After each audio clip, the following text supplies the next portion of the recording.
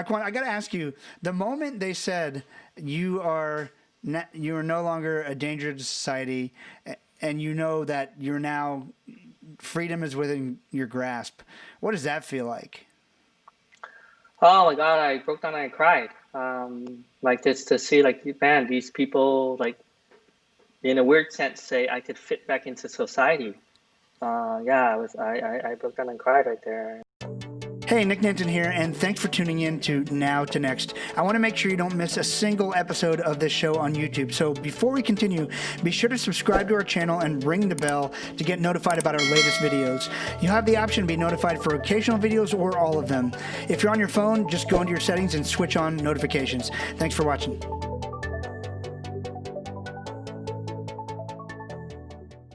Hey everyone, Nick Nanton here. Welcome back to Now to Next. I've got a guest that I can't wait to get into his story here with you today. Because I choose to use a two-shot to begin with, you can see him anyway, so it's sort of awkward to talk about him without welcoming him. So, Quan, welcome to the show, man. How you doing?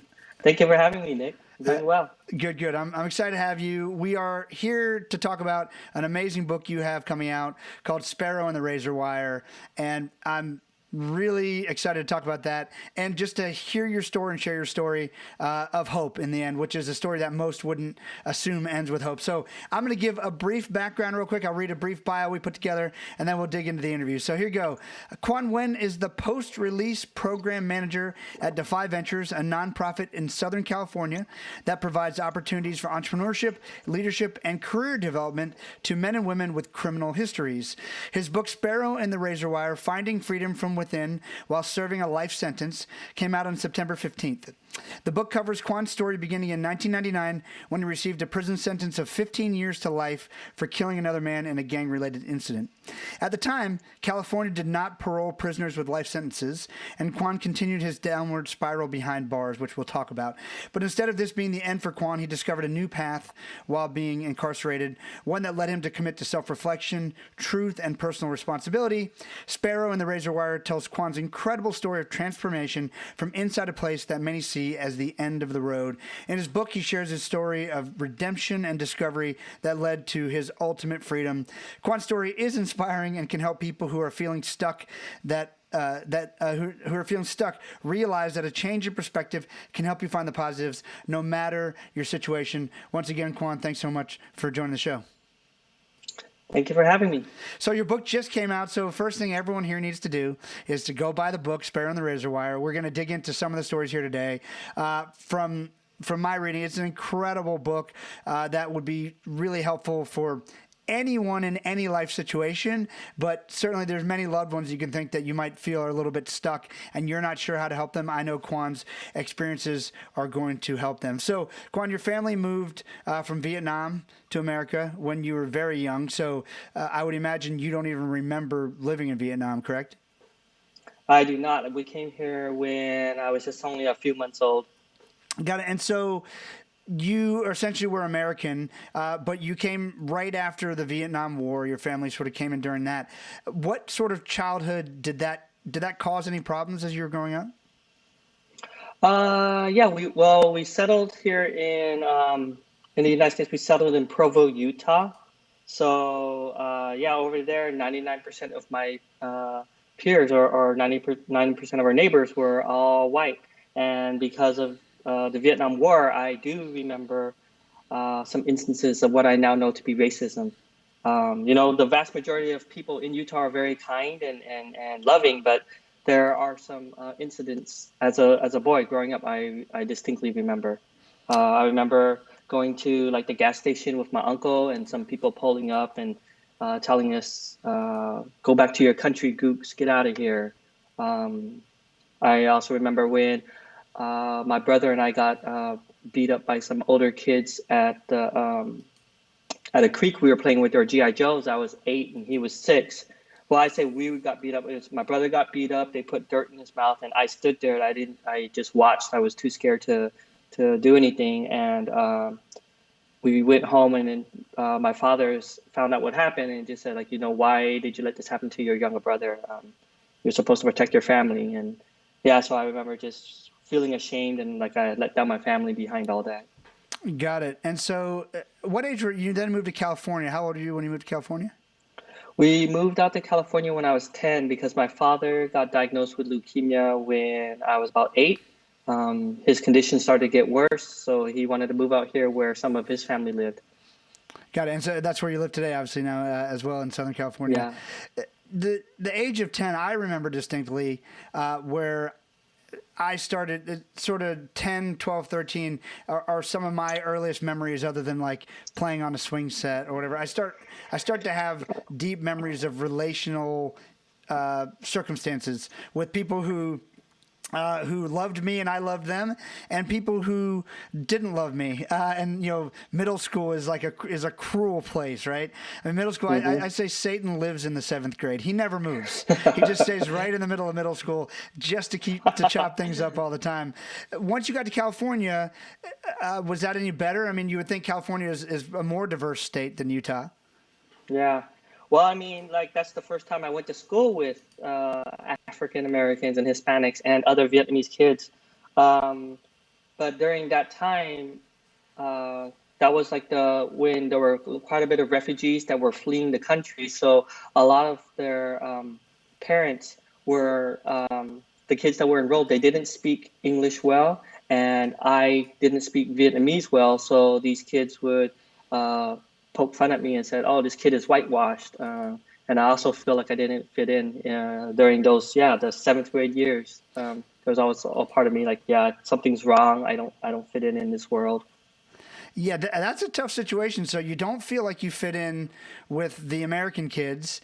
They're making fun of you. And then the Vietnamese kids are making fun of you as well. I imagine that starts to be really confusing for a kid at that age of wondering, where do I fit in? Do I fit in anywhere? So did you find a small group of friends, or like what did you do to cope with that? Yeah, there were like, don't get me wrong, there were some small groups of friends, and there were a lot of people that still like I look back now, there were actually quite a lot of people that really liked me, but I think it's the random incidents where I'm poked fun at, and just how I let that really dictate of how I saw myself in the world. My father ends up passing away from leukemia when I was 13, right before I went into high school, and that just devastated our whole family.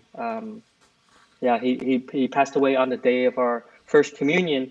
I was raised Roman Catholic, and I believed that on the day of my communion, I'm going to be able to pray, and my father's God is going to grant my prayer. And I wake up that morning, and my younger sister tells me that Dad had died the night before. So, in my young mind at that time, I just thought, God killed my dad just so he wouldn't have to grant my prayer because there is something wrong with me, and that's where that seed of doubt continued to just grow inside me. Yeah. Wow. And we're obviously going to continue with your story, but I love to try to figure out, you going through that scenario. There are plenty of people in the world going through scenarios like that. For those of us who haven't been through that scenario, what might have helped you during that time? If I saw someone today in a scenario like yours, what might have reached you during that time if someone had seen it and had tried to reach you?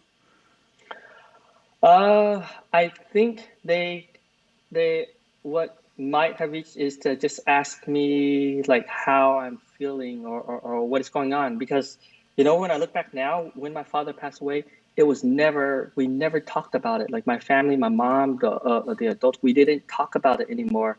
No one ever asked how I was doing.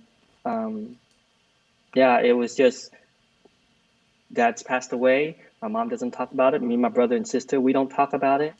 I even see it to this day. It still plays out a little bit in the family dynamics when it comes up about the subject of my father. I see that some of my own family members have not been able to mourn or grieve his death yet.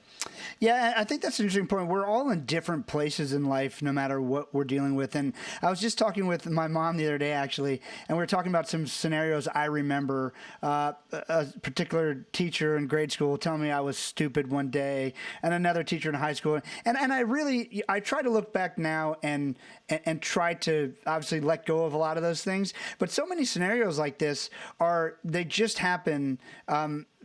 because of where they were at that day, at that time, and those things can grow and fester. Obviously, the loss of a loved one, dealing with I'm sure your mom, the death of a husband, like super difficult. So I'm not equating it to that, but I just find, as I'm starting to learn and discover even more in my life, I find that there's so many people and so many situations that happen that really impacted me, that I guarantee if I talk to the person on the other side, they would never remember that day or that moment in their life, right? But because it happened to me and I internalized it, I sort of carried a chip, like, I can't believe this person did this to me, right? And I'm sure you've had many similar scenarios. Now, when you get into a scenario like that, you can withdraw or you can connect. And I think most of us try to find a way, just as human beings, to find a group of people where we can fit in. And it sounds like the next thing was you're sort of lost. You've lost your father. It's really not being dealt with at home. Great advice. Just ask someone how they're feeling about something. Or if you're in a situation where no one is asking you how you're feeling about something, go find someone to talk to. There's hotlines, there's professionals, there's even government provided professionals, or even just a friend. Sometimes a friend won't pick up on something because you're hiding it so well. So talk. That's great advice to begin with. When did you start hanging around with the wrong crowd? I had a couple of friends. Well, I would say the wrong crowd was probably right into high school. I had some friends from junior high who had some older brothers. They had cars. I was a freshman, and just got to hang out with them. And these older brothers I thought were the coolest dudes. They had the nicest stereo systems in their car, had pretty women around them, and we got to go in the cars with them.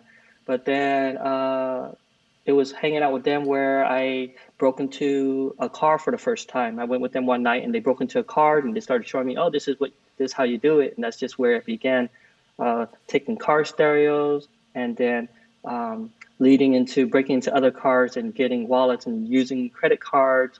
And it just becomes more and more like normalized in my life. By the time I'm a senior in high school, this is a group of friends that, now we're kind of running on the streets together. We kind of back each other up. And we had problems with a local skinhead gang that went to a continuation school nearby. So my friend, by that time, they had a gun, and we just brought that everywhere with us. And it was an incident about probably, it was one night we were at a house party and we were totally outnumbered, but my friend pulls out the gun and everybody runs, and suddenly, oh, wow, look at the power that we get from this gun here.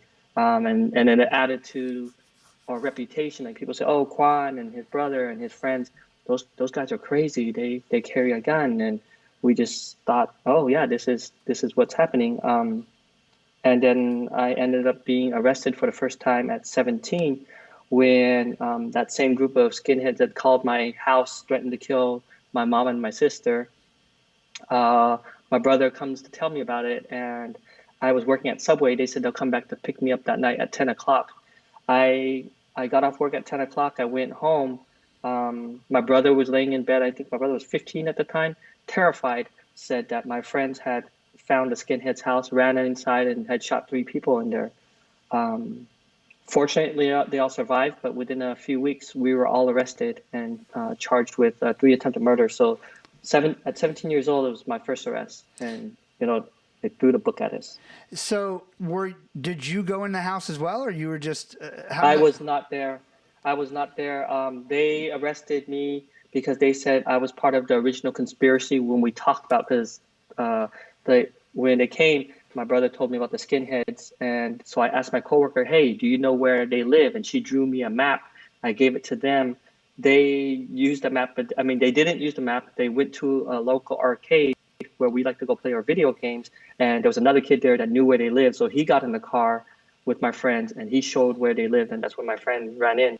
But because I had asked for that map and provided the map to them when we were all there plotting, they said we all plotted. It was a conspiracy that I should have known what happened because our group had a gun. So, that was my first arrest, which just, for me, it just reinforced, I got screwed over by the world. I got screwed over by the American justice system, and inside juvenile hall and the county jail during that time, I think, no, not I think I know, that's where my criminality got worse, and I got more enmeshed in the street and the gang culture.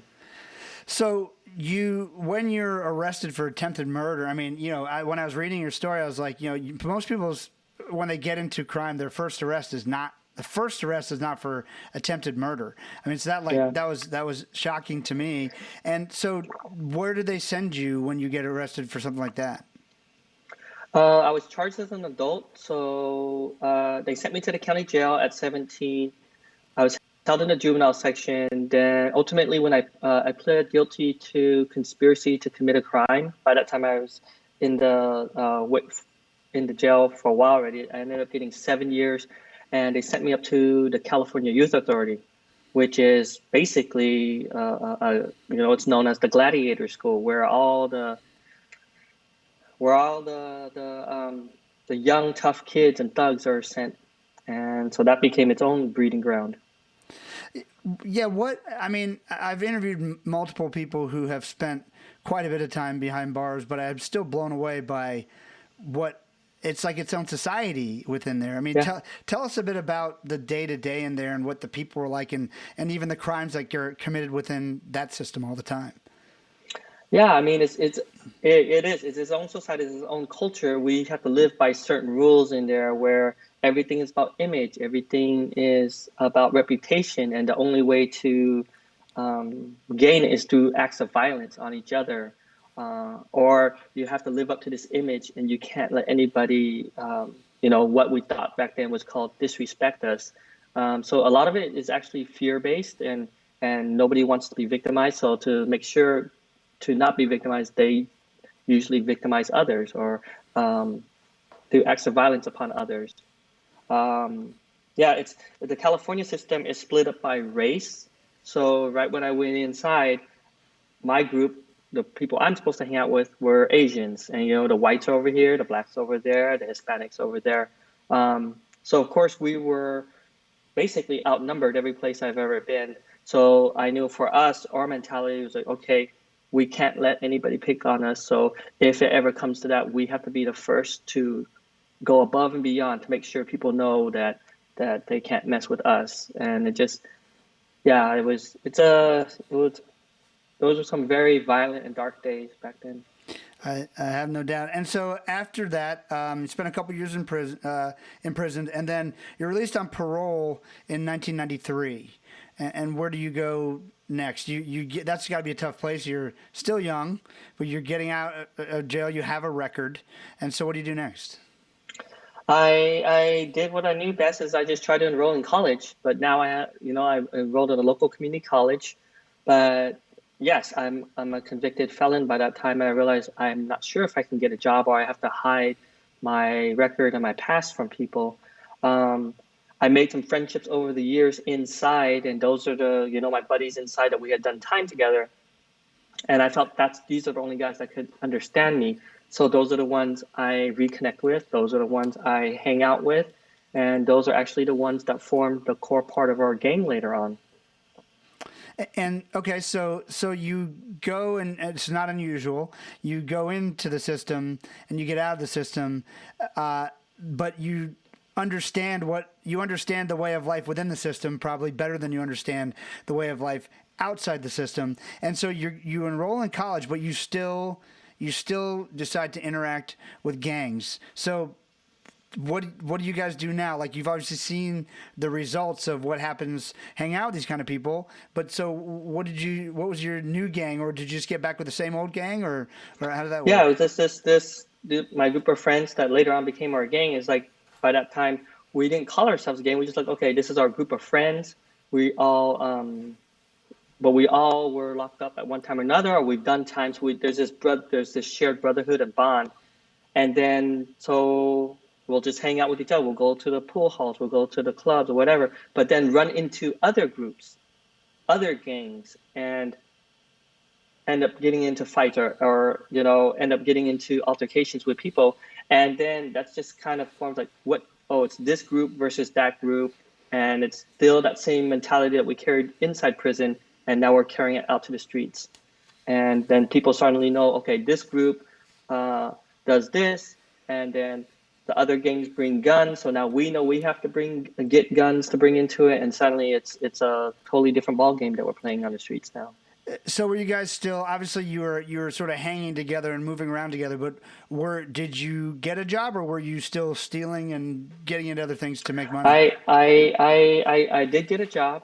I ended up getting a job at like several jobs here and there. I think like Home Depot and like some seasonal jobs, but then I ended up getting a job at the Gallup organization. Yep. And this is like before the fame of their Strength Finder studies. They were already using their Strength Finder studies in all of us in their interviews, but it was just never published. But yeah, I ended up working there, and it's always all their interviews is personality based, and they just see if you are a fit for these positions. So yeah, I was one of their top interviewers when I was working there.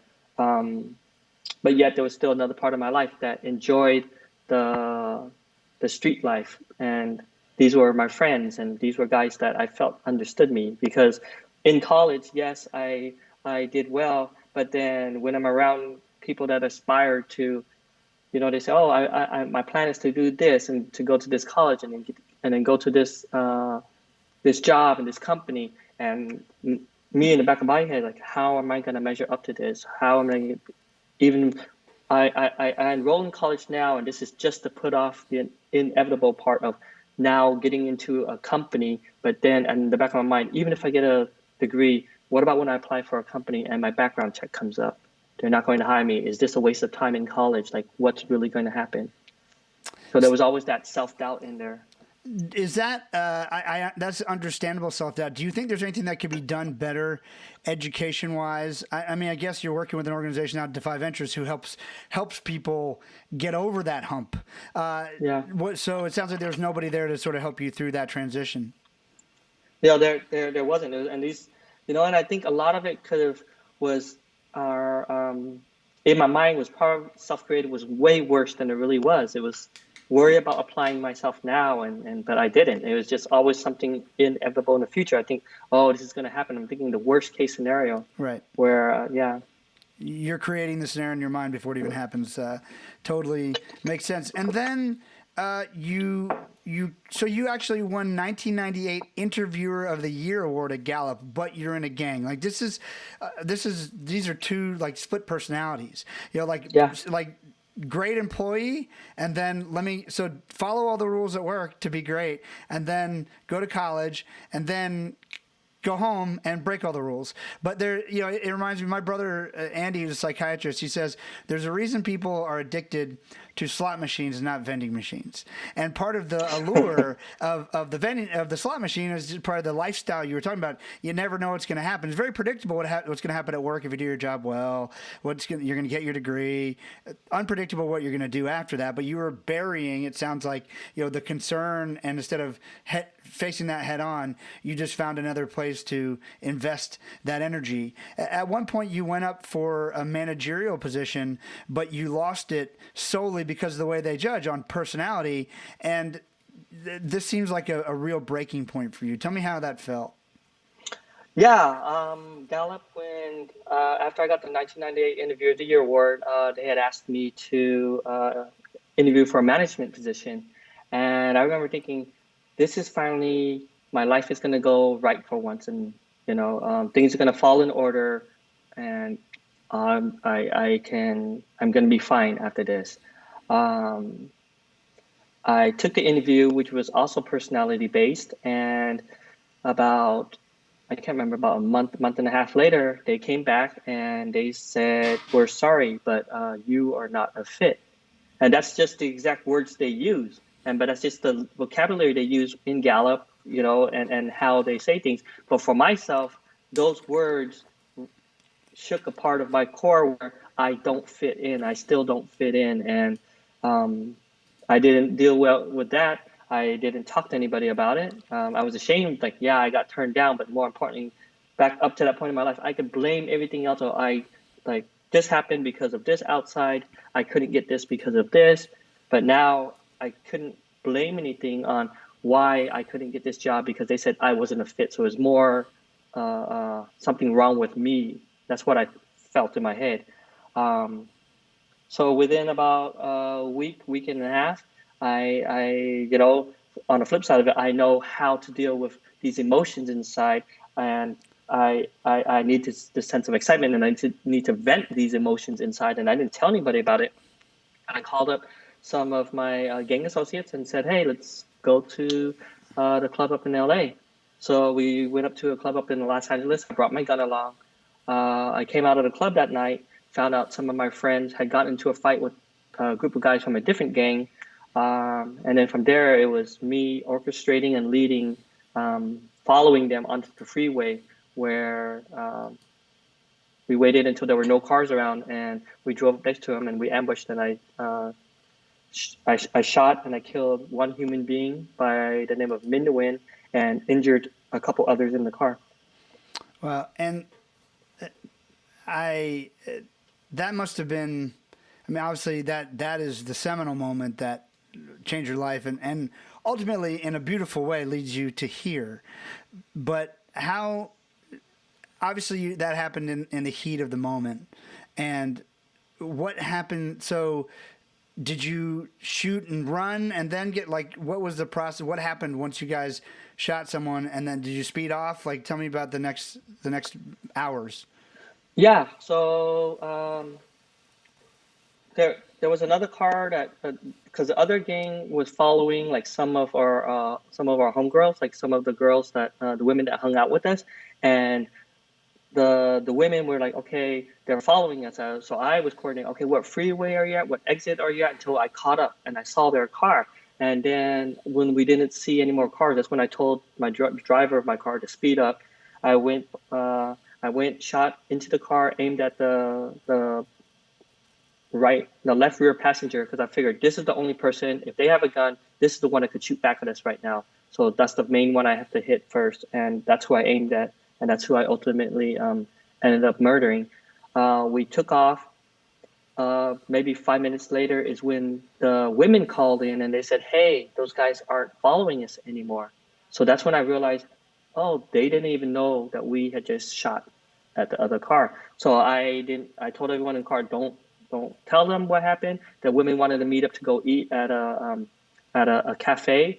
That's usually what we used to do after a club night. And I told everyone in the car, "Hey, how about we just go there and everyone just get out of the car and I just take off home because I know I just shot somebody." We went, dropped them off. I went home. I didn't tell anybody about it. The next morning, we found out somebody had died the night before. And the people in that other car had actually taken down the license plate of the women's car. Because like in the gang lifestyle, I know like they took it down because they were going to say, okay, next time we go to a club where we see this car, we're going to follow. It's this group of people that we're going to have problems with. But they had the license plate. They gave it to the police, and the police ran the plates. They knew it was one of our homegirls. They raided her house, and that's when we knew the investigation was on. So they knew it was our gang. They didn't know who was involved or what. So that's when I knew, okay, I got to get rid of this gun. So I went to talk to her. I talked to everyone else. Like, this is what you have to say when they come. Just plead the fifth. You didn't see anything, right? And that's how I talked them through it. So it was about 4 or 5 minutes later is when they did a gang raid and took us all in for several different shootings in Orange County. And then that's when they said that I was going to be taken up to Los Angeles to be tried for the death penalty. And I knew, okay, they're taking me up for that one. And so when you shot, did you know you had killed someone instantly, or you just shot and kept moving and had no idea? I had no idea. I knew for sure I had hit him because, I by that time, I was like in my mind, like, okay, I knew I was good with the gun, and I used to practice it all the time. I go to the gun ranges, so I knew, like, okay, there's no doubt. It was, to me, at the time, I remember thinking, this is just another silhouette. This is easy, and for sure I got him. But I didn't know that he had died until the next day. And so I guess one has to wonder, I guess your life, your thought process, you could tell me, was so twisted by that point. I mean, these guys are driving, following some girls, and you decide the best method of dealing with this right now is to shoot into the car. Like, what gets you to that point? Well, that was my mind. It's twisted. It was like, okay, I could be a failure in this part of my life, but I know how to excel in the gang part of my life. And this is where, I can gain this recognition. And this is how I could still feed into my reputation as being one of the most violent, ruthless gang members on the street. And in my head, like, how dare these guys? Don't they know who we are? How dare they, after we already fought with them, to try to intimidate our homegirls and our gang. So all of that was in my head. And then by that time, I didn't look at people as living, breathing human beings anymore. It's just anybody outside my group was, okay, this is a target for me. This is for someone for me to take my anger out on and my frustration. That's just how I looked at it. Wow. And so how long between the night when you shot them and then when you were arrested? What was the period of time between that? I think it was about 4 or 5 months.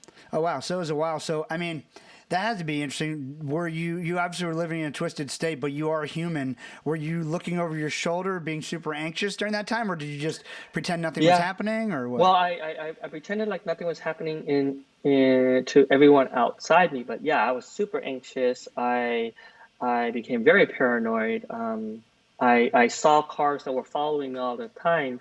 And my girlfriend at the time said, like, there's something wrong with you, like you're paranoid.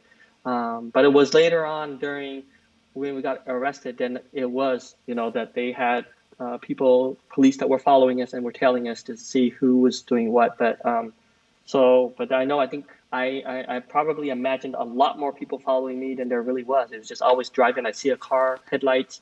Then also on top of that, on the flip side of that, not only police, then when I see other cars coming up on the left side of me on a freeway, or if I'm driving, I'm thinking, crap, someone's coming to shoot me right now. And I just tense up. So it was some very dark times.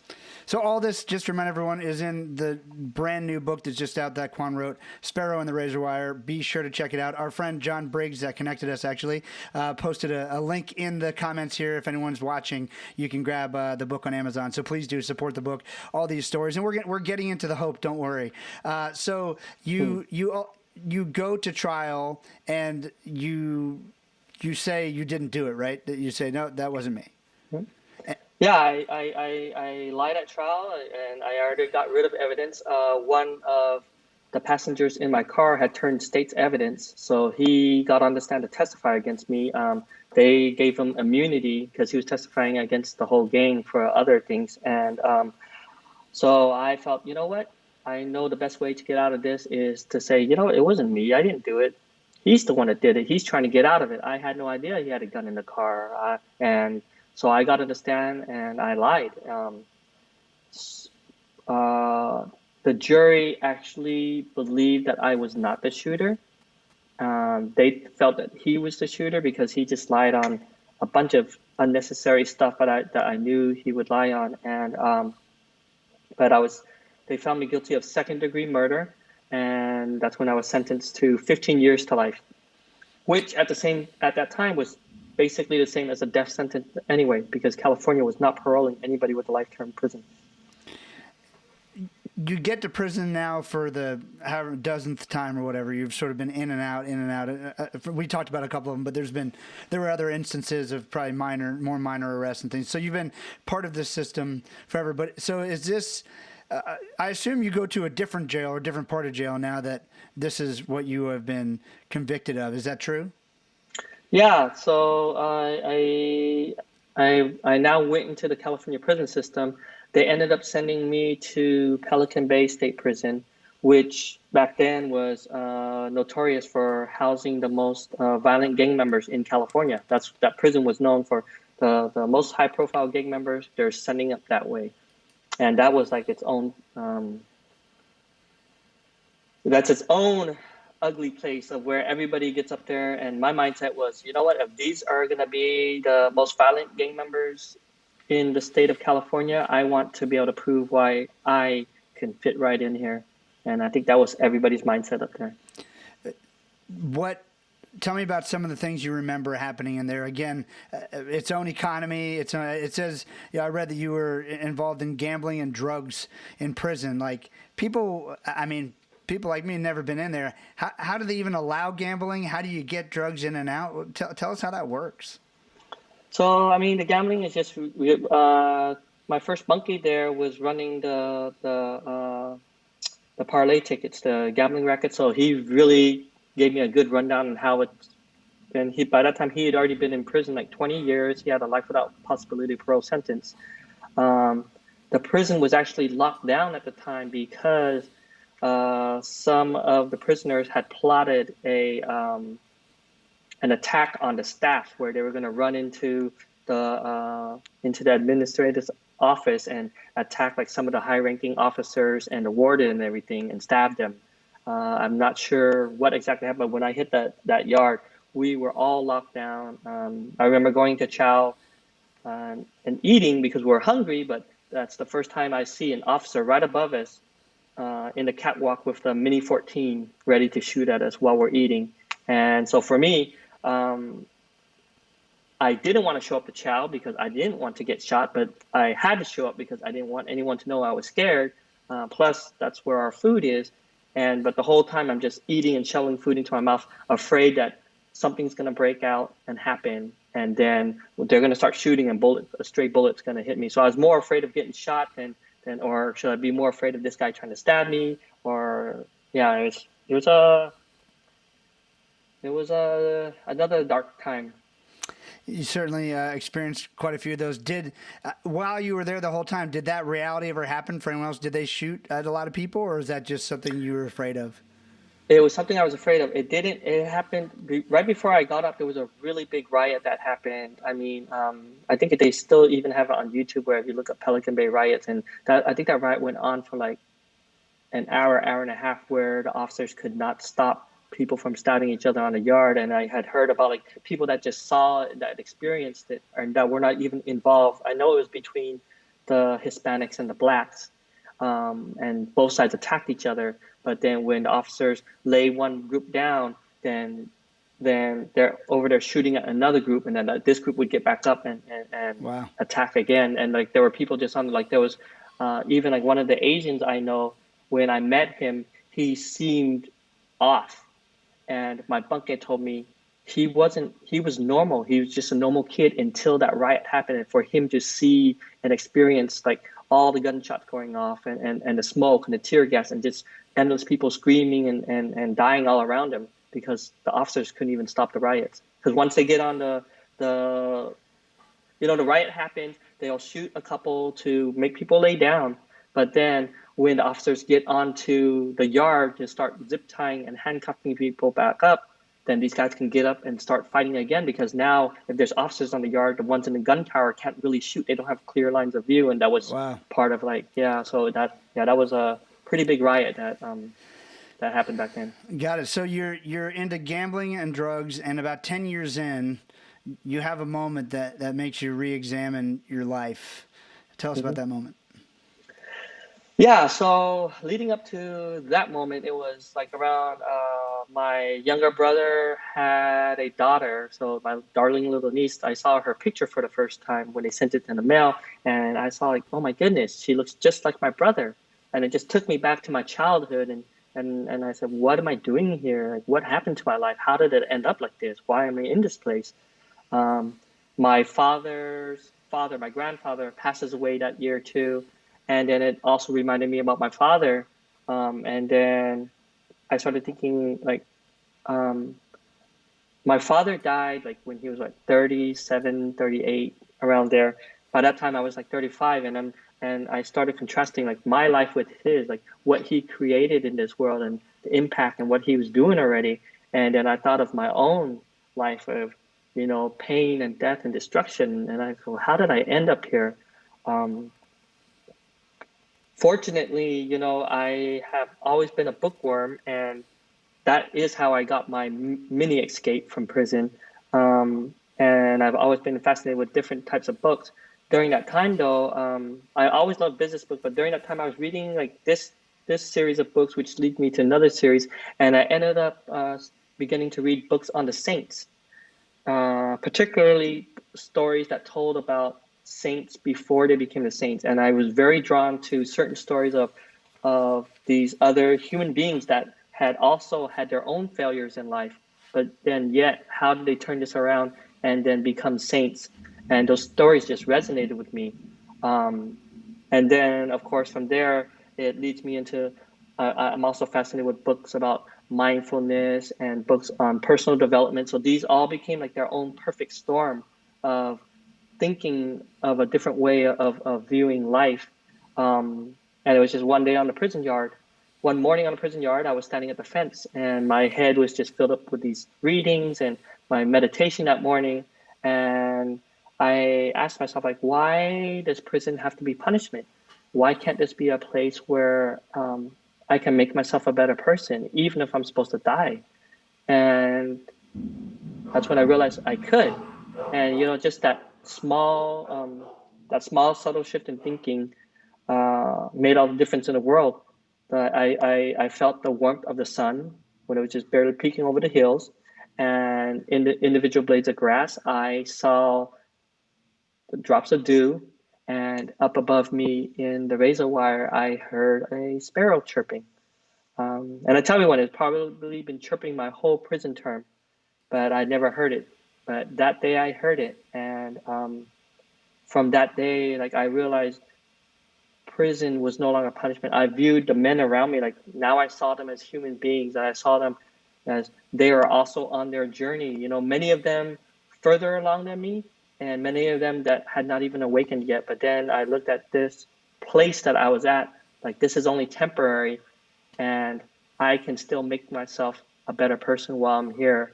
And suddenly prison was no longer punishment. Prison, it just became, you know, a place of where I found like such a sense of liberation and you know, I tell people it was like a tranquil sense of beauty in it, where I found beauty like in the sun, nature around me, the little sparrows and the birds and just other people, and it just I just felt at peace for once in my life.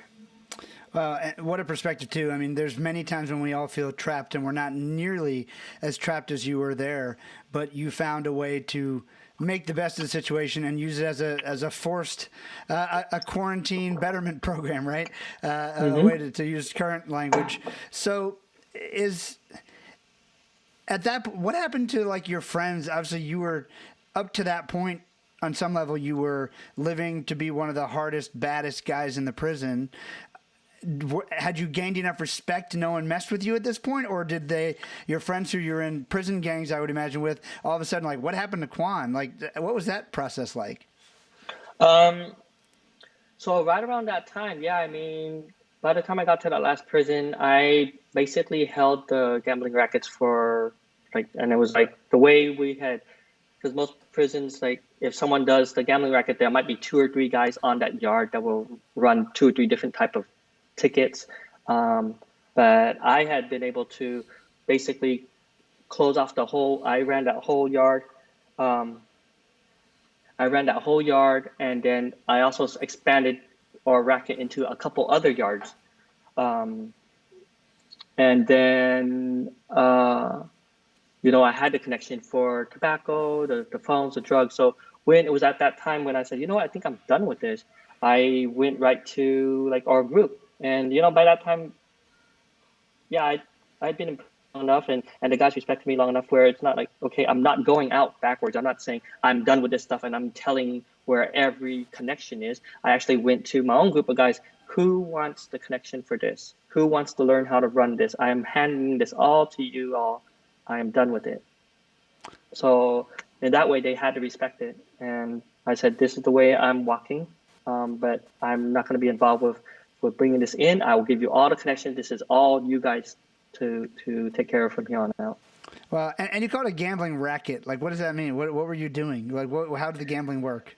Well, let's say it's football season, right? So I have my phone. I could see all the parlay tickets, and I set up. Let's say, okay, they pick. Let's say someone bets, let's say $50, and they have to pick at least a 4-pick.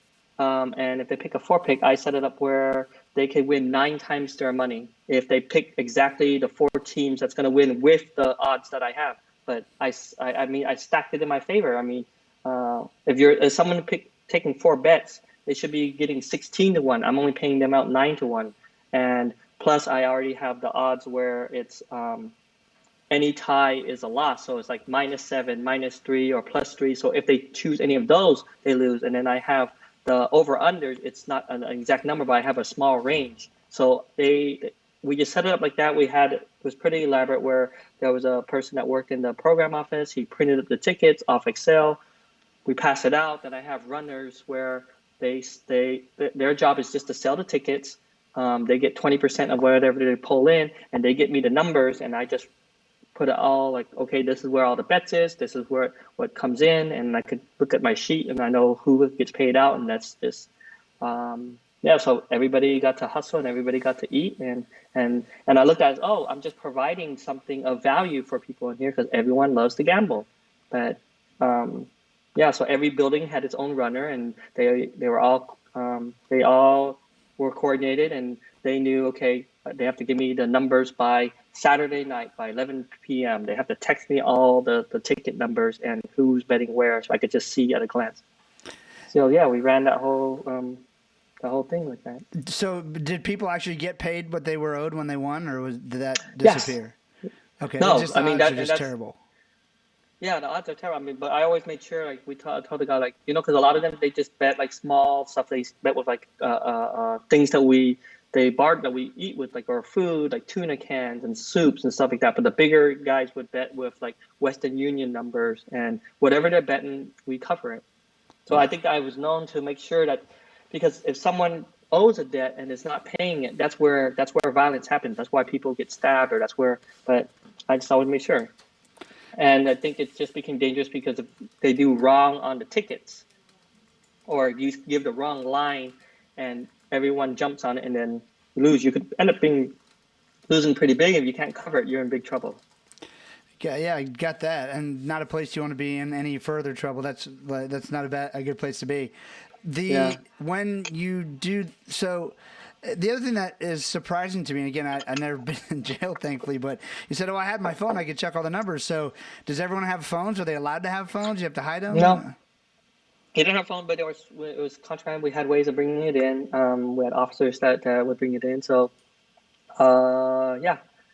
And, you know, there were some people that was their job. Like I had a person, his whole thing was to make sure that he holds my phone, and when I need it, he'd bring it to me, and he just stands there, watch the officer, make sure and then if they start moving, he grabs the phone and just walks off so that I don't get busted with the phone.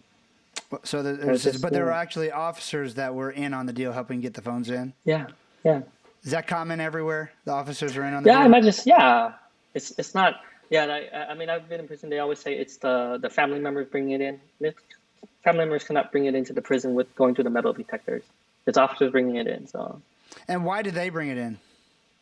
They make money off it. I mean, you imagine back then, what were those Virgin Mobile flip phones? I can't remember how much they cost out here, $25, $30? Yeah. One of those were able to go for about $650. Wow. And, okay. Yeah. And how do you get the money to pay for that? Does your family pay them, or how does that work? Well, I mean, some people had different connections. Like I had somebody out here, it's called a runner out here, and she just collected my Western Union money. She always had money for me.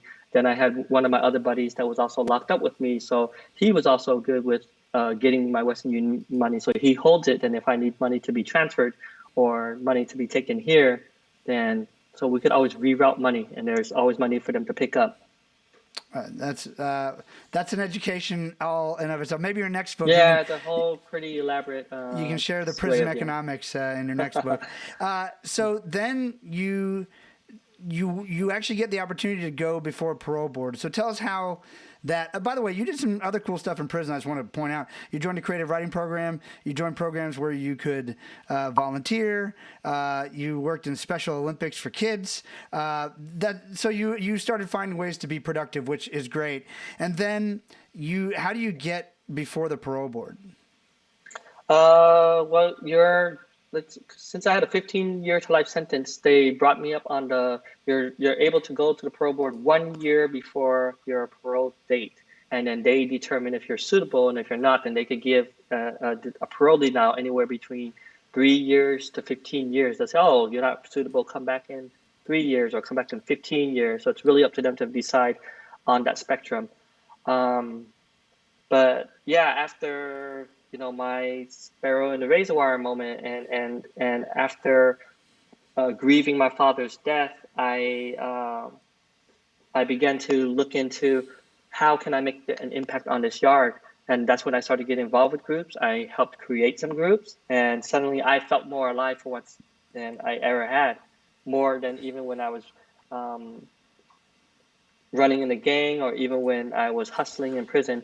This is like I saw such meaning and purpose in helping other men around me, and for once it made me feel good inside.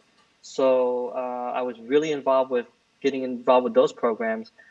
And then I went to the parole board the first time in 2013.